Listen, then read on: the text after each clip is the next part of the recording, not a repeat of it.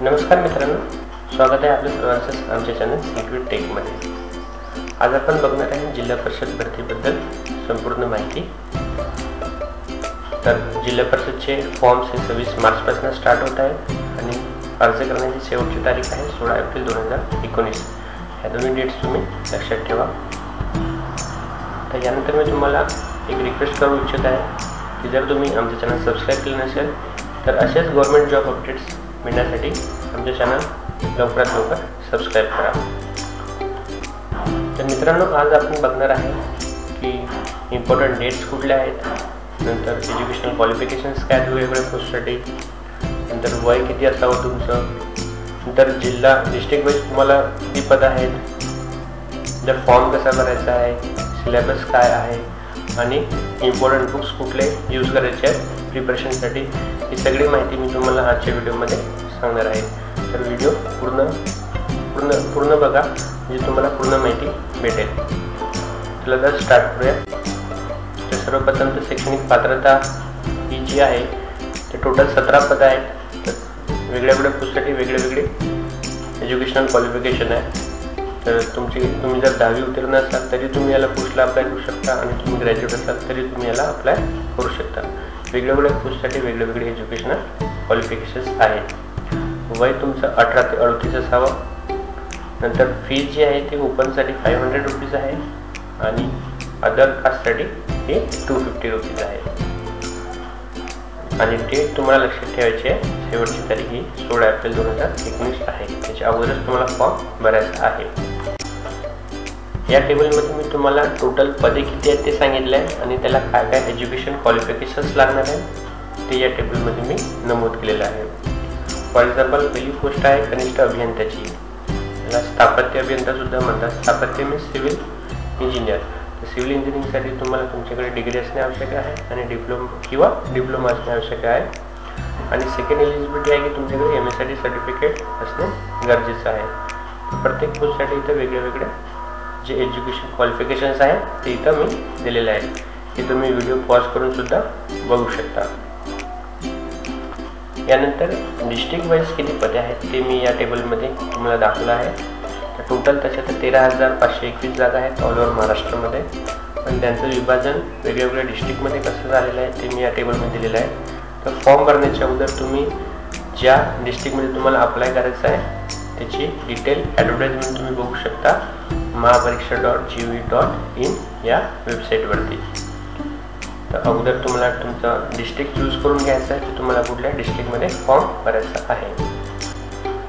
नंतर फॉर्म भरताना तुम्हाला काही डॉक्युमेंटची आवश्यकता लागणार आहे। हे डॉक्युमेंट तुम्हाला अपलोड नाही करायचे आहेत, पण ही या डॉक्युमेंटची माहिती तुम्हाला फॉर्म भरताना लागणार आहे। फक्त अपलोड तुम्हाला फोटो आणि साईनच करायचे आहे।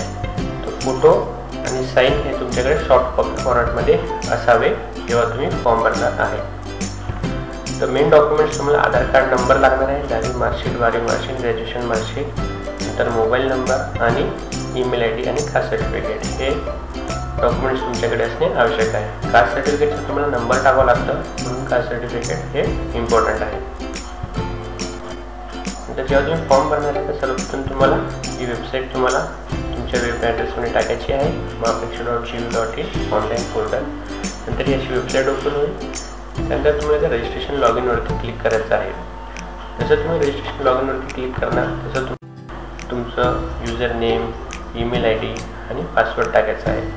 हे टाकल्यानंतर तुम्हाला रजिस्टरवरती पुन्हा क्लिक करायचं आहे आणि जसं तुम्ही रजिस्टरवरती क्लिक करणार तशी एक लिंक जनरेट होणार आणि ते लिंक तुमच्या मेलवरती येणार। ती मेलवरची लिंक जोपर्यंत तुम्ही ॲक्टिवेट करत नाही तोपर्यंत तुम्हाला पुढचा फॉर्म भरता येणार नाही। तर हे खूप इम्पॉर्टंट सूचना आहे की तुमच्या ईमेलवरती तुम्हाला जे लिंक आहे त्याला तुम्हाला ॲक्टिवेट करायचंच आहे, कंपल्सरी आहे ते। युजर नेम आणि पासवर्ड टाकून तुम्हाला साइन इन करायचं आहे। नंतर टर्म्स अँड कंडिशन्सला ॲग्री करायचं आहे आणि प्रोफाईल क्रिएट करायचं आहे।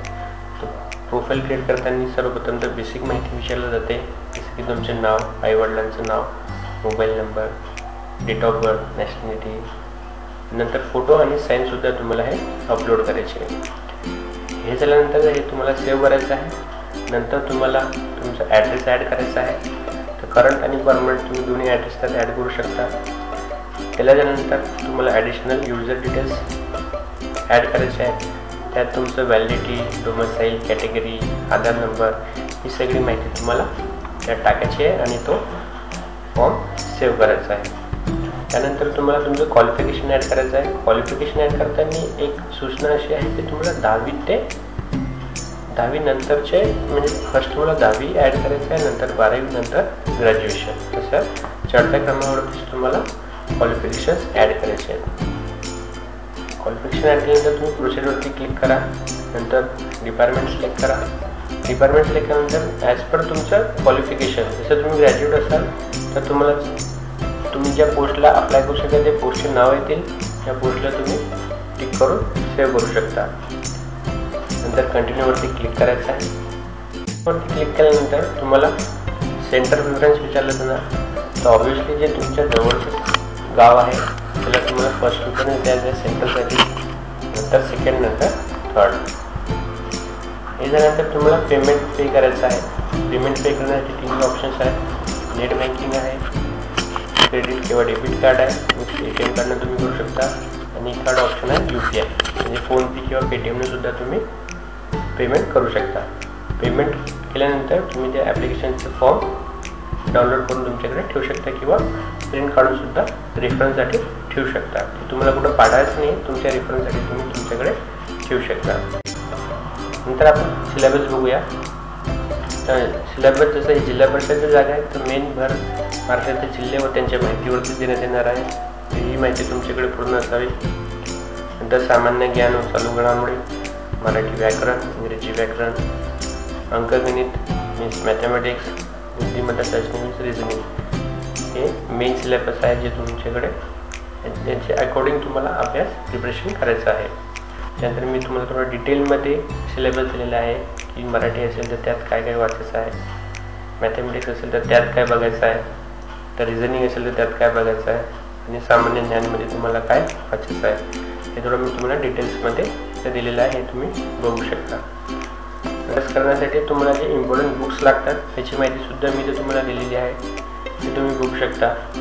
वेगवेगळे बुक्स आहेत हे तुम्ही डायरेक्टली ऑफलाईन मार्केटमधून परचेस करू शकता. हे अवेलेबल आहे सगळीकडे, किंवा तुम्ही ॲमेझॉन किंवा फ्लिपकार्टवरती हे ऑनलाईनसुद्धा परचेस करू शकता. याच्यासोबतच तुम्हाला काही पेपर्स, ओल्ड पेपर्ससुद्धा सॉल्व करायचे आहेत. ते जर का तुम्हाला हवे असतील तर ते तुम्ही मला कमेंट बॉक्समध्ये लिहू शकता, मी तुम्हाला ते प्रोव्हाइड करून देईन. चला तर ही सगळी माहिती मी तुम्हाला दिलेली आहे. आशा करतो की तुम्हाला ही माहिती आवडली असेल, आणि अशीच माहिती, असेच गव्हर्नमेंट जॉब अपडेट्स मिळण्यासाठी तुम्ही आमचं चॅनल जर सबस्क्राईब केलं नसेल तर प्लीज ते सबस्क्राईब करा, आणि हा व्हिडिओ लाईक आणि शेअर नक्की करा. थँक्यू.